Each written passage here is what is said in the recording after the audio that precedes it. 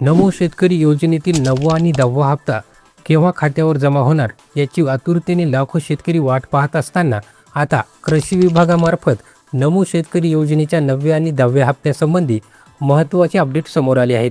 कृषी विभागाच्या माहितीनुसार नमो शेतकरी योजनेचा 9वा आणि 10वा हप्ता शेतकऱ्यांच्या खात्यात केव्हा जमा होणार आहे याची सविस्तर माहिती आपण या व्हिडिओमध्ये पाहणार आहोत.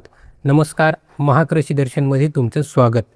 नमो शेतकरी योजनेचे 2026-27 या आर्थिक वर्षातील डिसेंबर, मार्च आणि एप्रिल-जुलै हे दोन्ही हप्ते अजूनही शेतकऱ्यांच्या खात्यावर जमा झालेले नाहीत.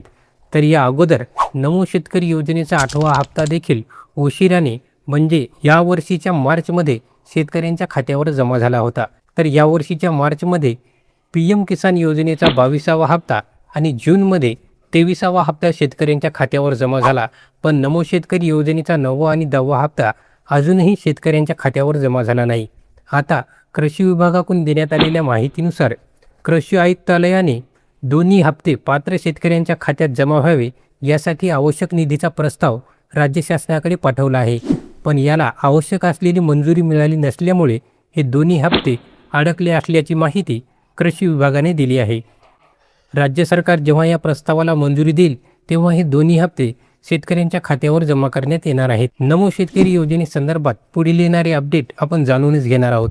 पुन्हा भेटूत नवीन माहितीसोबत. धन्यवाद.